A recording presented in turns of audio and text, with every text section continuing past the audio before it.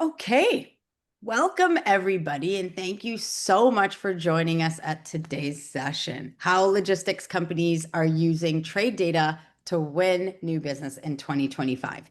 If you work in freight or logistics or in the supply chain industry or manufacturing, you know the grind. When you're in sales or marketing, chasing leads, outdated intelligence, spending so much time prospecting, that's quite challenging and quite time consuming. So today, what we're going to do is show you how there's innovative logistics teams that are using trade data to essentially uncover active importers and exporters, shorten their sales cycles, and build real pipelines that convert. And you're going to hear exactly how to do that from our panelists. Speaking of which, we have two of them, and they are awesome. Mike Schneider is on the sales side. He's a sales manager from MTA Lines who's putting this into action every day. And we have Carolyn James on our strategic sales team. And I'm going to give them a moment to introduce themselves. But before I do that, just a few things. I will be popping a link in the chat. So if you stay to the end, you have an opportunity to get a free 20-minute personalized lead list demo. So stay to the end and you can sign up using that link and we'll give you a free lead list. We're also going to share a special offer only for those that are attending the live webinar. So stay tuned. Okay, I wanted to start things off with a poll. So give me a moment. I'm just going to launch this poll. Just want to see where everyone's at.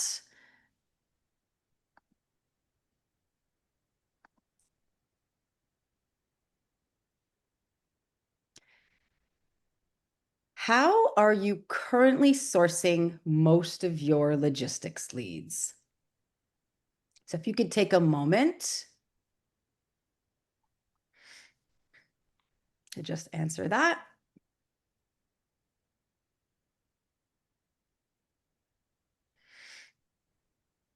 I see a lot of you are relying on manual research.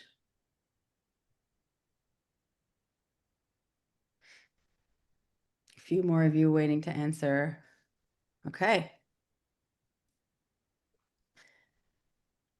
Here's what you've said. If you can all see that. Interesting results. Let me close that poll. Yeah, for those of you that are relying on cold lists and so much manual research, I think you're gonna see some really good ideas here that change how you approach this. Just a little housekeeping. I see many of you have questions. If you could just pop them in the Q&A, we're gonna actually spend 10 minutes at the end answering all the questions you have. So without further ado, I'd love to pass it over to each of our panelists. We'll start with you, Carolyn. Can you share a little bit about your background, your role, and the kinds of customers you work with? Sure. So good morning, good evening. Hello to everyone from around the world who's joined. It's a pleasure to be here. My name is Carolyn James, and I am the Director of Strategic Sales here at Import Genius. I have been in the trade data industry for over 15 years, and I've had the pleasure of working with all kinds of clients across a whole variety of industries, from logistics to government clients to banks to manufacturers and retailers. And I've also spent some time working directly in the logistics industry. I spent a few years working at a freight forwarding firm as well. So very excited to be here with you all today. Over to you, Mike. Yeah, thank you for inviting me to the panel. Mike Schneider, I'm the sales manager at Midwest Transatlantic Lines, MTA. It's a nice short abbreviated. I've been there for 22 years, quite a long time, all in logistics, all in sales. And we have a team of 6 of us that do all the inside sales, the outside business development, quoting, pricing, all the new leads and all that. And I always say that if you got something to ship, I can move it for you. So I deal with a lot of customers, but a lot of it's mid-size. We're a mid-size company. So Great. Thank you so much. Okay, my first question is actually for you, Carolyn. Based on what you're hearing from our logistics customers, what are some of the biggest sales challenges that you're finding teams are facing in the current environment? Sure. I'll kind of bucket this into two things. I think we always hear the usual challenges, which are how do I find good leads? How do I find the right leads for my business or the area of the business that I'm responsible for? Those are kind of all of the usual challenges, if you will, or some of them. Um, the other thing that is new, or I should say recurring, cyclical, but certainly is a highlight right now, is uncertainty and the ever shifting landscape, especially with all of the things going on in global trade and tariffs. Not only are logistics companies themselves trying to figure out what to do, their customers are looking to them for answers, and they're also trying to figure out what they're doing. So there's just a huge amount of uncertainty that people are trying to deal with and understand, and still continue to transact and move goods around the world. Hmm. And Mike, what about yourself? What's the biggest challenge facing MTA lines when it comes to sales at this? sales, that yeah, definitely. It's a flooded market. Obviously a very competitive market. I think even just the manpower, qualifying leads, doing the cold calling, doing the prospecting and the hunting and all that. I mean, those are always difficult. And then you got to be talking to the decision maker. You could do your whole thing and try to sell yourself, sell your company on how you can help them. And if you're not talking to the decision maker, that's where a lot of time can be wasted as well. That I think some companies might not realize. You know, you can go through that whole thing and then you get through the whole thing and they're like, oh yeah, I got to talk to someone else. I don't make that decision. So I would say that's probably it. And I mean, again, tariffs, everything. Yeah, this is very uncertain times that we are in. Some people don't want to make changes just because of the uncertainty. So it's definitely a volatile market right now. We are hearing that across the board, that's for Yeah. sure. What or how does trade data empower your sales team? And are you able to share like specific examples of where trade data made a difference? And I realize I'm packing a lot into this question, but Yeah. I'm also interested in hearing the difference in like the quality of leads that you get using trade data. Yeah. Yeah, absolutely. I mean, I think when you're able to target a specific, whether it's a country, whether it's a certain type of shipment, a certain volume, uh, and now I can target what area it's imported into. When I can actually do that, I've narrowed down exactly how I think I can help that customer. Like in August, we have our rep coming in from Europe. We run a dedicated service to the Cleveland area from Europe. He's coming in. We do a sales campaign where we go there and he comes here, and I can actually find leads that are specific to the country, to the specific area that we're going to be visiting, and I can narrow it down and start making those calls and not random, this person imports and I just start calling and they might have China and they still might have China, but at least I can talk about I've got this gentleman coming in from X country and I've been able to do that. And then, obviously, um, the more doors I'm knocking down, we're seeing that I can even filter it from zip code, country of origin, and volumes. I mean, so, if I got a customer that might be too much volume, or this is our niche, this is our sweet spot. So it's a great approach using this data for sure. Really targeted. Yeah. And Carolyn, can you share other use cases of how trade data can be used to grow an organization's business? Yeah, absolutely. I think Mike has done a really nice job of explaining, how powerful the data is and um, tailoring it to your needs and really identifying the things that suit your business and your needs. The other thing I would just highlight is the data is very timely, and that's one of the powers of the data. And not only can you tailor to your needs or your customers' needs or what is happening, you can tailor this to current events.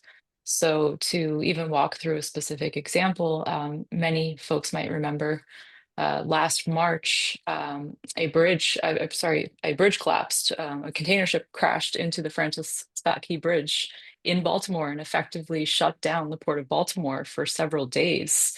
And capacity is still significantly reduced there while they rebuild this bridge.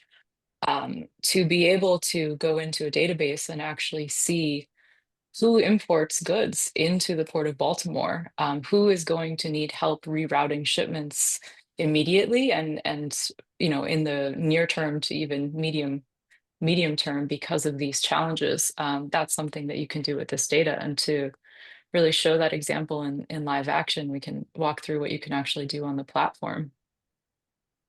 So here we're looking at our US import data, and we're actually looking at the time period, the 1 year right up till the date of the Baltimore bridge collapse. And we're looking at all of the shipments that came into the port of Baltimore by sea, and we see that there are over 200,000 shipments that came in that time frame. We are able to see who are those top shippers by either weight or number of shipments.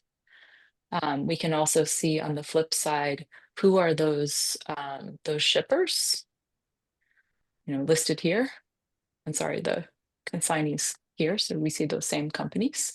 And then you can run analytics. So we can ask questions and answer at our fingertips, where do these goods come from? So we see, China, Germany, Vietnam, all of these countries are well represented. And these are essentially the trade lanes and the companies and the places that are affected by this sudden catastrophe. And that can be very useful for getting quick information and being able to respond to these changes in the market very quickly, because the information is everything to get on those sales and get in touch with people and provide them that service. The one other thing I would just like to highlight is not only do you have this information on this list of companies, but we do also have this company profile AI generator that not only gives you the information about the shipments, but also pulls in a whole bunch of other information um, through the web and an AI model that tells you about this company's business. So to Mike's point of really finding the right customers and being able to do that deep research, what you can do with a list like this is select those companies that you want, and you can generate an AI profile, and it will download all of this information as well as information about what industry are they in, is there current news, what are their main product lines, as well as seeing it in the platform itself. And to just show an example of what that looks like, here's a company profile for one of our companies that has imported product into Baltimore. We have this overview from our AI giving the founding history, the headquarters location, its core business, many, many details. I won't cover too long because I know this is a lot for people to read. You have the references where those goods come or that data comes from, and then you have the shipment stats so you can see what they've actually shipped over time, what countries they work with, what suppliers they work with. And lastly, just in terms of learning more about that company so that when you call them, you know something about your business rather than having to go to Google or go somewhere else. You have that all summarized here. And you have contact information. So you have the titles and the LinkedIn profiles of key people at that business, helping you to streamline your work and really, again, take quick action with any kind of event that happens that is a sales opportunity for you. Wow, I would imagine that would save a tremendous amount of manual research and just going into calls more informed and knowing your customer or prospect rather would be helpful.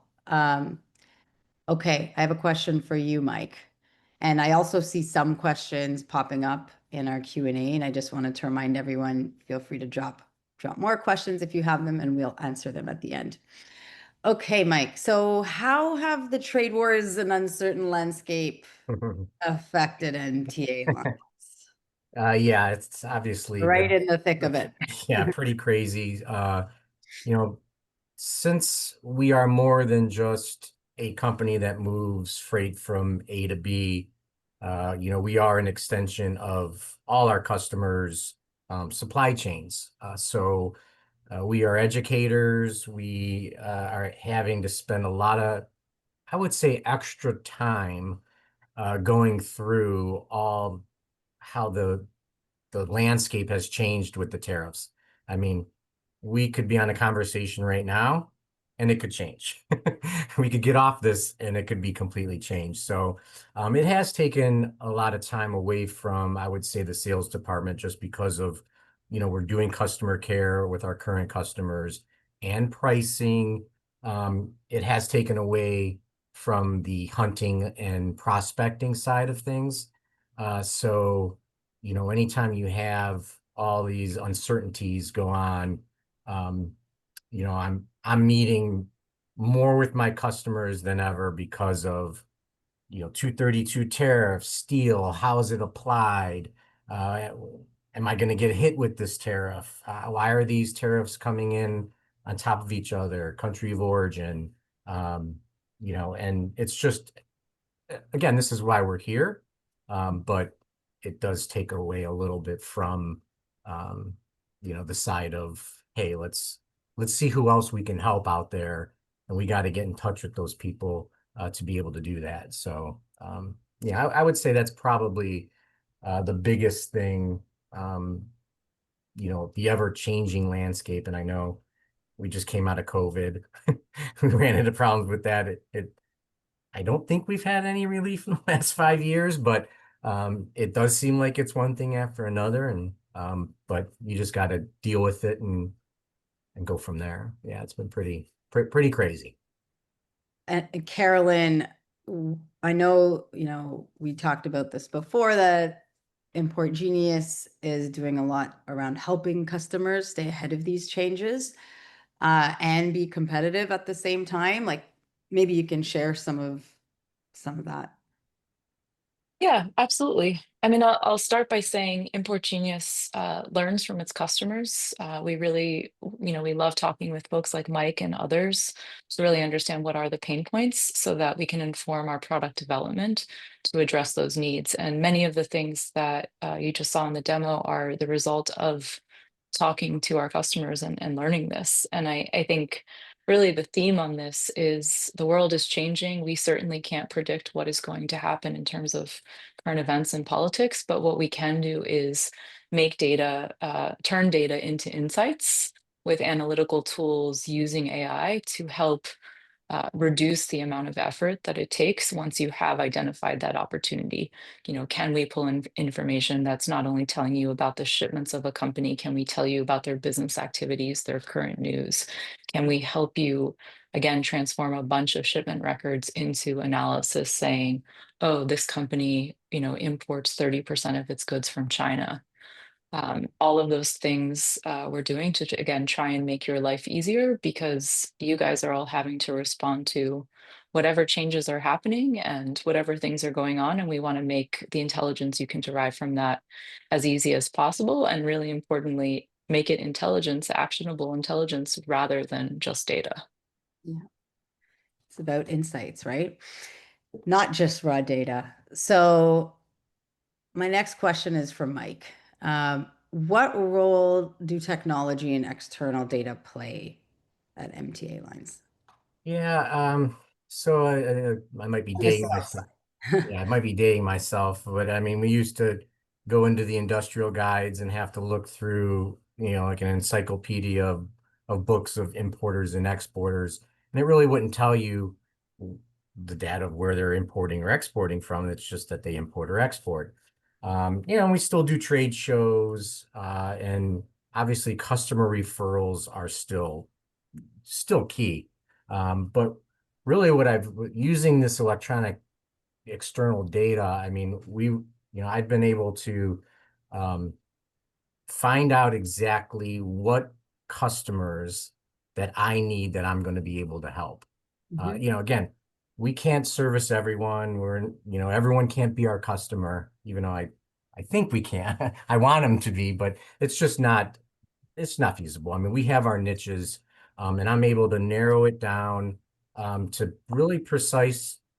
This is where we can serve customers best. And you have your demographics and all that, and our target markets. So I'm not necessarily spinning my wheels going after a customer that I'm probably not going to get, or that they might only have one shipment, and I think they're importing a lot. So I can pull all that up, volumes, sizes of shipments. Mm. We do break bulk, but this customer might be just a pure grain break bulk carrier or customer, and that's not something that we get involved in. So I can target that and narrow it down and really not waste my time looking at other leads that might not amount to anything. I mean, you got to pick and choose where you think you're going to have the most success. I mean, that's obviously number one, and where I think I can help them the most. I mean, because yes, we want to get customers, but for me, I feel I can help someone. I can help them move their freight. I can help them with their supply chain better and more cost effective. So that's where I can actually target those accounts. And what percentage of your leads are actually coming from trade data? Yeah, I would say probably a good 70% of where we're looking at. It's hard to tell, obviously, we do have a marketing department. We are active on LinkedIn and do all of that, of course. That's a little bit Yeah. harder to narrow down.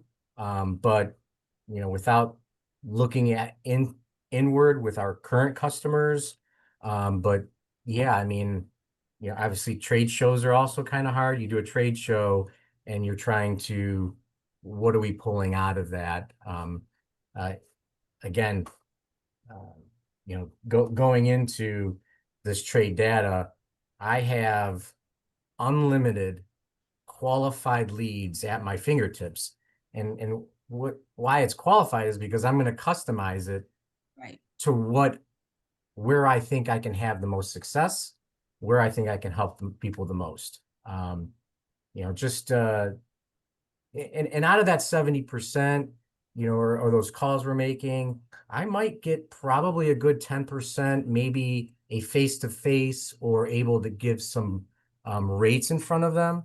Uh, Obviously, the sales cycle goes from there, and there's a lot more that goes into it. But you want to get to talking to the right person. You want to be able to give rates and tell the services. Those are the beginning stages of it.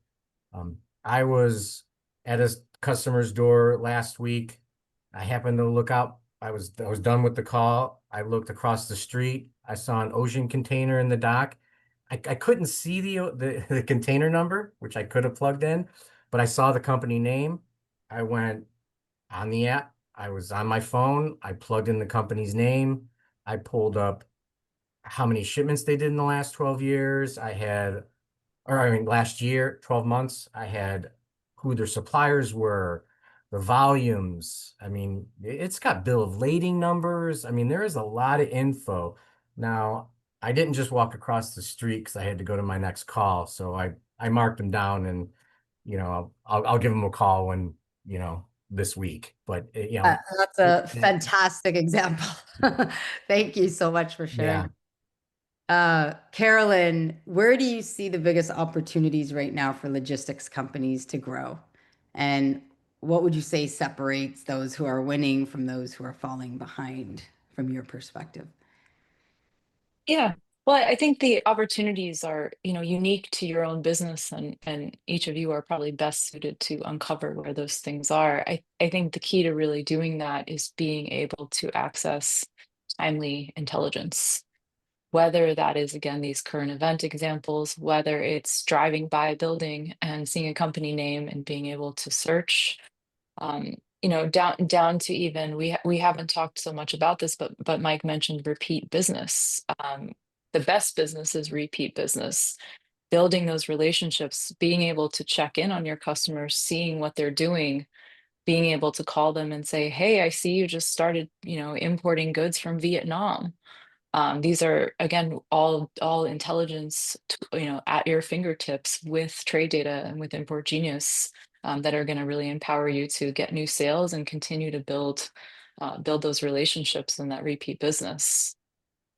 Yeah, if I can, step in just with the winning side of it. You know, MTA, we actually became an ESOP like 5 years ago. So we're employee owned.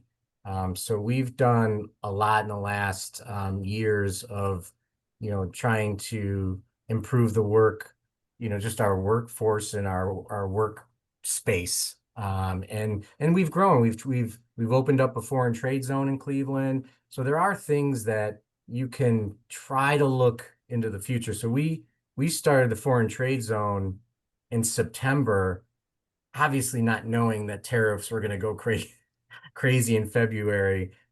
So yeah, it was good timing with it. But you do, there's probably 3 or 4 forwarders in Cleveland that closed. We actually saw growth. We were trying to hire. We've opened up a warehouse in LA. So there are ways that I would say sometimes you have to take a risk if you want to win. But just improving the employees. I mean, obviously everyone knows that if you have happy employees, they're going to work harder and they're going to do a better job. I mean, that's so I think if you concentrate on that, then customers will come and you'll have good service. So yeah, I didn't mean to interrupt, but yeah, that's the winning side of it. Yeah. Well, that actually brings us to our last question. And this one is for both of you. Maybe I'll start with you, Carolyn. For any logistics leader thinking about investing in trade data on the sales or marketing side, what is your advice for getting the most out of it? I think the key thing is actually really simple. I think it's being able to define the problem. Mike just went through a bunch of examples of all kinds of, things that you can do to respond to market conditions, and really defining the problem you were trying to solve with the data is going to enable you and, whoever you are getting data from to really help you understand how do you turn that data into those insights to solve that problem.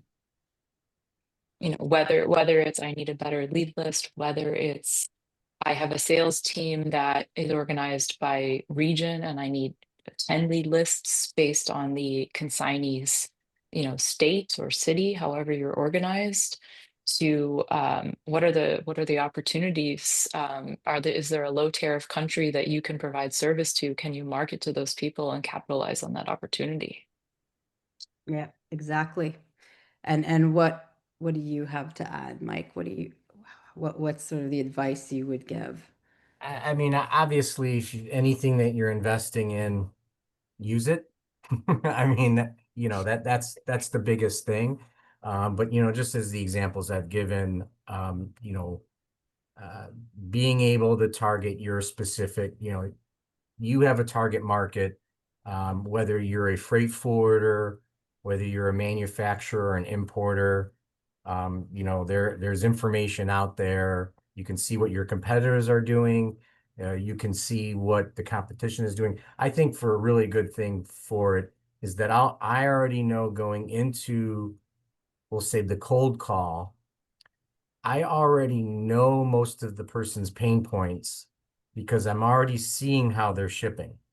So obviously I'm trying to sell my niche service that I have or my customer service.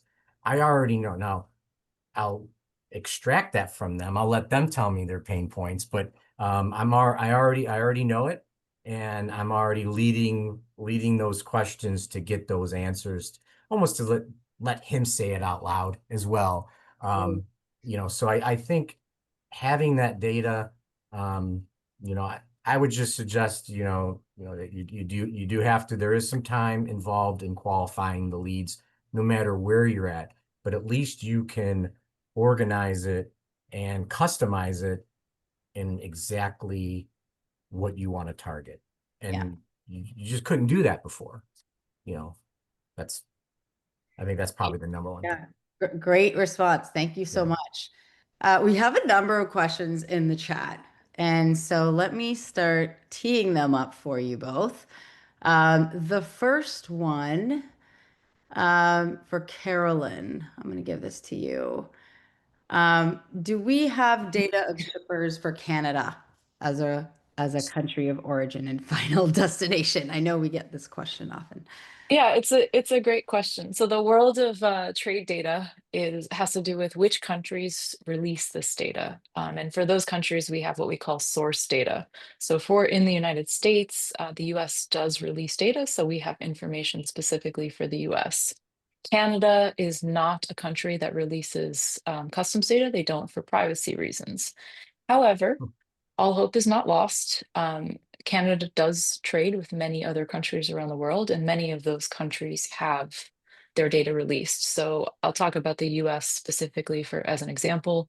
The United States and Canada obviously do a lot of trade. A lot of that trade is actually land border trade, and the US import data is seaborne data only. However, any shipments that come into the United States and are unladed at a US port and still go on to Canada are captured in the data set. And to put some numbers on that, about 30% of all shipment records that come into the Port of Seattle Tacoma are actually Canadian shipments destined for Canada, generally Vancouver and further inland on the western side of Canada. So that's one way you can get data. And then certainly when you talk about countries like India or Indonesia or Vietnam, they all have significant trade with Canada, and you're able to see that line of trade between those countries and get information on what does Canada actually send and who are the parties that are engaged in those trades. Thank you. I'm seeing a couple questions around the meeting recording, and yes, we will be sharing the meeting recording. That will go out either sometime this week or Monday at the very latest. So you can have that and watch it again and share it with your colleagues.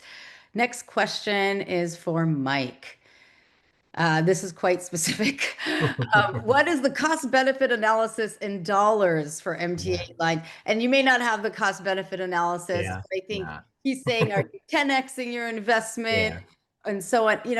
At the end of the day, like, are you seeing a good ROI, from investing in trade data? Yeah, absolutely. I mean, for me and our, milestones and what we have, what we're supposed to be doing on so many calls. I mean, I'm geared towards, trying to get so many calls, so many in front of so many people, and then making the quotes and all that. So I said about 70%, and then I would say we're getting in front of about 10%, and then probably about 1 or 2% of those is where we're actually getting that customer. And that's just when we do these campaigns.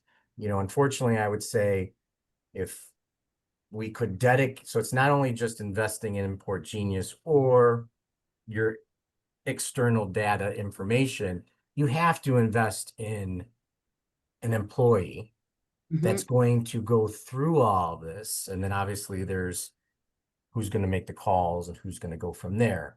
It's all part of the team that we have of 6. But I don't have a dedicated person that is just doing that for that. But when we do the campaigns and when we're focusing on it, I'm seeing probably a good 2 or 3% of actual getting the accounts from when we're making these calls. So, and again, sales cycles, I'm not going to get into my sales cycle and how long it takes. Sometimes you can walk in the door and get it. Sometimes it takes repeat calling as well. But yeah, I mean, to get into the actual rate of return. But You are seeing a good rate of I'm return. seeing a good return. And like I said, if you aren't speaking to the right people and you aren't providing pricing, you're not going to get any customers besides referrals, maybe. Yeah. So I a little old school and not necessarily like the mass emails that go out to 1,000 people. Those are still good. I'm a we need to make phone calls. Yeah. You need to make phone calls. You need to get them on. I mean, obviously you can reach out on LinkedIn. We do that as well. We still will send emails, but getting that phone call and getting in front of that person on the phone is still the best way. And Awesome. having this data is the way to get that. And it's very difficult to get someone on the phone, as we know, with the United States and voicemail and not getting any return calls. So Challenging, I'm sure. yeah. Carolyn, how does the bill of lading and container information help when we are making calls to importers and custom brokers? Well, it's the detail, it's the timeliness and the details. So, you have the date that the good came into the United States for the US data. You have where it came into, which port it actually laded in or unladed in. You have the port that it actually left from. You have the details of what was shipped.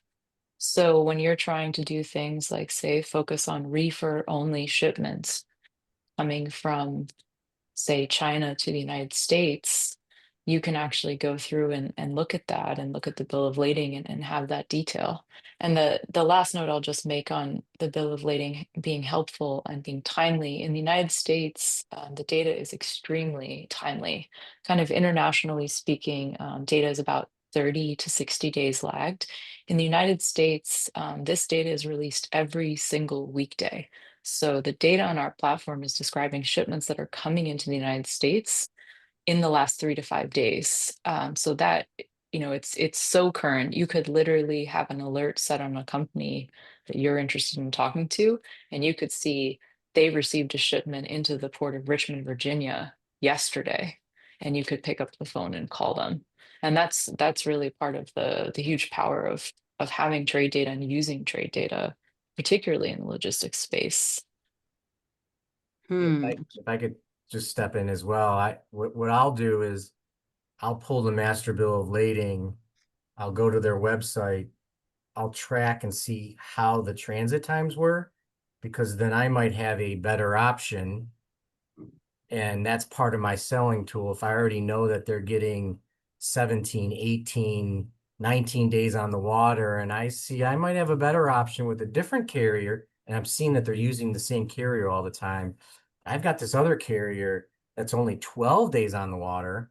I can, bless you, I can actually Almost. go, and then that's part of my sale tactic when I'm calling them going, eh, you know, I might have a faster option that could get your goods here quicker. And right now, New York is very congested and you're going via New York. Well, let's look at Norfolk. And, so that there are important ways of having the bill of lading, the master bill of lading number and all that, and obviously container number and that for tracking reasons. Yep. Yeah. I just thought I'd mention that. Such a good point, Mike. I'm so glad you chimed in there. Yeah. One of the questions, the next question is, how frequently is import-export data updated on Import Genius? I think we just covered that, but to quickly recap, in the US, the data is updated every single weekday. And it's all of our data is updated when we receive it. It's updated within hours of being received, and it's from the viewer's eyes, it's 3 to 5 days lagged in the US. And on average, for the other countries where we have data, it tends to be 30 to 60 days delayed, and it's updated monthly. Thank you. And does Import Genius provide data integration options with CRMs? Great question. Yes, we do. We've talked a lot about the find and seek yourself, which is a great way to get started, especially if you haven't used this data before. But once you do know what you like and you've found your right customer, We offer API solutions. We offer bulk data files that allow you to pipe this data right into your CRM, and keep your sales folks in that CRM system and not having to spend a bunch of time clicking and searching all over the internet. Thank you. And a question for Mike. What is the best strategy to get in front of the decision maker? My secrets. Oh, I my want the trade secret secrets. sauce. Yeah. Oh, let's see if how I want to answer this or not. Um, I, I, yeah, this is a good one. Not all customers are happy that their information is loosely out on the web. It's just plain and simple. So um, I I don't just come out and say that I got your information off of Import Genius and this is how I'm calling you. I like the reference that I know that they have shipments coming from a certain supplier. So when I'm really addressing them, I already have that information, and that's how I'm trying to get in the door, because I've already targeted this specific lane, this specific country. Um, Discontinuity is in an area where we know that we can service, and that's kind of where how I target and try to get my foot in the door. Because again, it's very difficult to get through the gatekeeper, which is usually the first person answering the phone, and to get to the right person. Again, as I Typically mentioned, know. Do you typically know who the right person is from the? so I through the LinkedIn information, I'll go through, see if obviously they're still working there. I will do a little research on that. Mhm. Um, Sometimes we will message them through LinkedIn. We've done that as well. Just to so if they keep seeing Midwest Transatlantic Lines, um, obviously we are marketing departments doing stuff on LinkedIn as well. And we have other the word sponsoring trade shows and stuff like that. You try to get your name out there so that when I do call, maybe they've even heard of us. Multi-pronged approach. Yeah. So, but again, I'm still a believer in trying to make the phone call. Yep. And again, we might have sent emails to this particular gentleman or lady that is in charge of that. Um, they probably deleted it. So even when I do call, um, they still might not recognize MTA. So um, yeah, I am being more specific on why I'm calling and the data that I have. Great. Hope I didn't Yeah. reveal too many of my secrets to the Well, if I competition. could, if I could maybe add to this, and Mike, this is kind of exactly what you're describing, but a lot of getting to the decision maker is being helpful and having information and answering a question. No one wants to talk to a salesperson. Everyone wants to talk to someone that can help solve their problem. And the more information you have and the more empowered you are, and the person feels like, oh, this is a person that understands my business or understands my pain points, then you're going to talk to someone who can make a decision. And that I feel like is really key. And Mike, you've just given us a whole bunch of examples of how exactly you do that. Great Maybe too much. I have time for one last question, and I realize there's a lot more questions we have. So for those, that we weren't able to get to, we'll make sure we do respond to you following this webinar. This one is around AI. So how has AI influenced our gathering process or to feed your database? Or feed our database, the Import Genius database. I guess this is more about our Genius Company Profiler. Yeah, so I mean, AI is a big buzzword and it's all the rage right now. But I think at the end of the day, we want to use all the technology we can in a thoughtful way. And a lot of that comes down to kind of leveraging these tools that are able to learn and crawl the web and look at and ingest huge amounts of data and direct that AI to fetch things that we know are helpful to our customers based on conversations that we have.